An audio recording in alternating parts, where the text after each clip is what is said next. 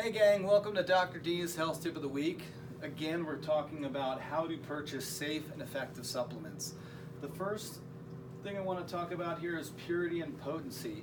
Purity is actually the cleanliness of your raw material. Is it what it says it is? Is there things like dioxin-like compounds in there, PCBs, heavy metals, etc., etc.? Wall Street Journal pulled Ayurvedic herbs off health food stores nationally and found that over 20% of the products were severely contaminated with heavy metals. We also find this in products like fish oil and other raw materials. I get more concerned when we're buying from places like China or India for our raw materials. We want those third-party tested, as some of the manufacturing and farming operations are not ideal, whereas other parts of China and India can do actual beautiful valleys that are organic and clean. You have to test for purity. We want this to be done by a third party. A third party is someone who has no financial attachment to the company. They are independently paid to check for cleanliness of the raw material, and your company should be able to provide a certificate of analysis that that testing was actually done and paid for. After purity, we're looking for potency. When working with hormones, things like DHEA or pregnenolone or progesterone, you really want to make sure that 10 milligrams is actually 10 milligrams. You need to know as a patient or as a consumer or as a doctor what you're actually dosing. So for things like DHEA, we'll use companies like Apex Energetics, Vital Nutrients, Pure Encapsulations, as these companies will do purity and potency testing on their hormone products. Good manufacturing processes. How are you making a flaxseed oil, for example? You should use 2 refrigerated metal plates to squeeze and press those flax seeds, because heated plates, or when things get too warm for friction, will actually rancid the oil. It'll oxidize the oil. So how are we making the product we're making? There's a good way to make things into easy liquids and soft gels and capsules, and then there's a way that it can actually oxidize and change your product for the worst. There's the highest level of good manufacturing processes called Prop 65 or Proposition 65. This is a proposition proposed by Californians where you have to go through almost pharma level standards for putting nutraceuticals through production, raw material testing, purity and potency. So GMP is a good start. One of the companies we use, Apex Energetics, is based out of California, and they have to go full Proposition 65, which is the most rigorous nutraceutical testing. So if you see GMP on a label, that's a good thing, and that's a company that really cares about integrity and the product they're selling you. But if you see Proposition 65, that's taking it to almost a pharma level of nutraceutical creation. Extra ingredients. I just pulled up one online because I haven't looked at it in about 10 years. And yes, Centrum, your very well marketed multivitamin, which doesn't do much in my clinical experience as a doc, has yellow number 6 aluminum lake. What that means, lake is actually the colors that come off this chemical when they combine this aluminum salt with the food dye. And it's for branding. And I say, who cares what color your multivitamin is, as long as it's clean, it's pure, and it's actually going to do something for your chemistry and be clinically effective. Other ingredients in there were hydrogenated palm oil. The FDA is phasing out hydrogenated oils. These are notorious for driving a heart attack and stroke. We don't need them in our multivitamin. You're really adding a hydrogen in the presence of nickel under high pressure to make things like hydrogenated butter or things like Doritos. This is going to be completely phased out of our food supply over the next 3 to 5 years, and the FDA is slowly, finally making that happen. Then things like supplement glues, magnesium stearate, are usually used to press tablets. It's much more expensive to make a capsule. Capsules are easier to digest and absorb than your pressed tablets. Polyethylene glycol, another thing we found in Centrum. This is a laxative. This is what you know is known as Miralax. So sometimes people get side effects off the supplements, but it's actually the extra ingredients that are acting as a laxative. So if you need to get some extra ingredients and treat your constipation, maybe you go with Centrum. but I don't like products that have extra ingredients. A lot of the companies that we use say the ingredient I want plus capsule. That's it, clean, and the extra ingredients are washed away.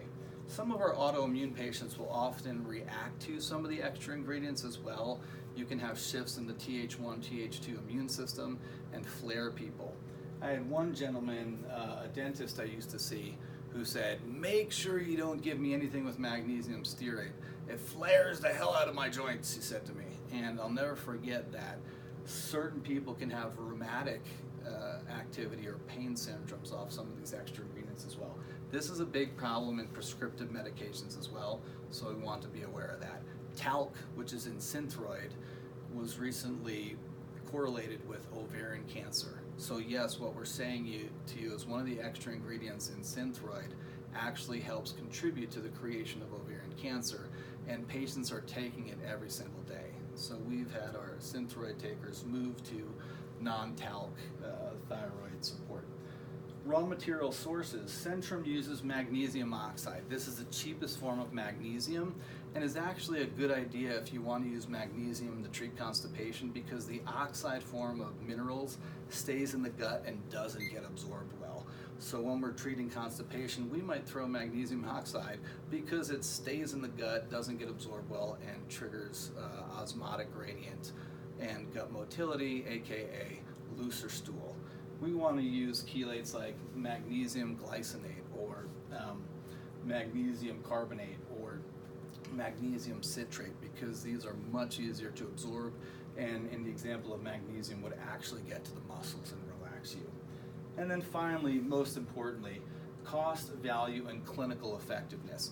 This obviously takes into account everything here. How can I get that high quality supplement, but I want to pay a decent price for it, and I want it to change chemistry? One of the biggest problems we see when patients come in is it's the right medicine, the wrong dosage. One example with that would be using fish oil, EPA DHA, for something like eczema or asthma. If you come and take fish oil for eczema or asthma and you're only using 400 milligrams of EPA DHA, I've never seen it do jack squat. It will not change that condition. So when I started doing serum testing, lots of blood draw diagnostics on my patients to look at EPA DHA deficiency or fish oil deficiency and vitamin D deficiency, actual underlying causes for a myriad of diseases, from migraines to skin conditions to asthma to heart disease. We wanted to make sure they were hitting therapeutic doses. To get things to change in chemistry, you need 3,000 milligrams of EPA DHA fish oil. That is a lot, and you're going to be surprised at how much that would cost you on that Costco brand or that Whole Food brand that has a sale for $11.99 for a bottle of 180. You want to look at that label and see actually how much EPA DHA is there per capsule. What you're going to see is going to range from about 300 to 400 milligrams of adding EPA and DHA up. That means at 300 milligrams, you're going to need 10 of those a day to get to 3,000 milligrams to affect change. I do not see conditions change from EPA DHA fish oil until you get to 3 grams. I worked with a cardiologist, Dr. Leibowitz, back east, who would use up to 9 grams of EPA DHA fish oil to turn off rheumatoid arthritis, put it actually into remission. The Eskimos used to do 9 to 12 grams of EPA DHA through whale blubber. So if you want chemistry to change, it's the medicine and the dosage. A company here, Zymogen, is talking about their Omega Pure 900 EC. What they're doing with the 900 here is they're bragging that we have 900 milligrams of EPA DHA fish oil. So 900 times 4 capsules would get me 3,600 or 3,600 milligrams of EPA DHA, and I will start to see chemistry change. I will start to see the depression is addressed, or the mood perks a little bit, or the attention deficit starts to clear. So you have to hit your target doses. On this product, they also have EC there that is enteric coated, which means this fish oil is going to open in the small intestine for weak gut people who don't have a strong stomach. This is going to prevent those fish burps. I sometimes will add digestive enzymes and hydrochloric acid with the fish oil if people continue to burp it up. So there's an example of enteric coated and a high concentrated. In our really sensitive bellies, like our SIBO patients, small intestinal bowel overgrowth, or people who have lots of reflux, something like the Omega-Co3 from Apex, this is not enteric-coated, but it's emulsified. They pre-digest the fish fat for you and make it more like a MCT oil so that you can easily cross this fish oil over the small intestine, regardless of if you have gallbladder problems or weak stomach acid or weak pancreatic enzyme output. So we like the pre-emulsified products. And emulsification, again, is like taking a drop of soap into a pan full of chicken fat and watching that big fat globule go into little mycelials. So if patient really has compromised absorption, I like using an emulsified idea.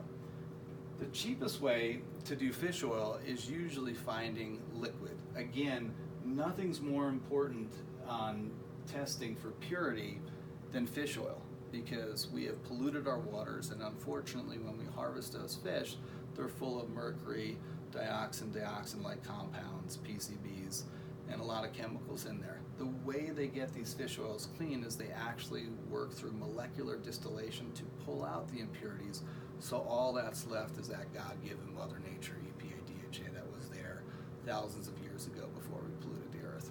I like Finest Pure Fish Oil as an example of a liquid because it doesn't repeat much on my patients. It has a little bit of essential oil of bitter orange in there, so it doesn't taste fishy. And I can really dose this at 2 teaspoons. I can get it up to 3,600 milligrams for a really good price point. The problem with this is it stays in the refrigerator and people can forget to take it. When they travel, I have to give them capsules anyway. So again, some things we want to do with cost, value, and clinical effectiveness. Liquid's probably your cheapest way to go, but you're always going to be paying for purity and potency testing and certificate of analysis. You want to make sure you're actually getting that clean raw materials with the least amount of ingredients possible, and you want to make sure you get to therapeutic dosages. So if we're doing EPA DHA, don't cross your arms and say, fish oil didn't do anything for me. You have to get 3 to 4 grams in. If you can't digest that, split it over breakfast and dinner, and let's get something that's clean, maybe pre-emulsified so that you can absorb it well. And then when we're adding the vitamin D, I feel comfortable recommending to the lay public 2,000 to 4,000 IU is a good starting dose. And if you're going much above 4,000 IU, make sure yourself or a doc is running vitamin D3 about every 3 to 6 months until you get to that target dose. On lab, vitamin D3 is 30 to 100. I like to see it between 50 to 70. We can do a Dr. D's tip of the week on all the research that still shows high dosing vitamin D is important. On lab for EPA DHA, there's something called the omega-3 index. We like to see that get to 10% fishy. Your red blood cell looks 10% full of EPA DHA omegas to turn the corner on inflammatory. Vegan sources of these oils hasn't changed that. We can save that for another Dr. D's Health tip of the week. Even though things like alpha-linoleic acid can be used as part of therapy, nothing dampens the fish oil, the inflammatory C-reactive protein the way fish oil does. I hope that helps with your consumption of nutraceuticals that should change your life. You want to make sure you're pushing the right pathways, and 2 that you can't go wrong with is loading up on EPA DHA and making sure vitamin D is corrected. We'll see you next week.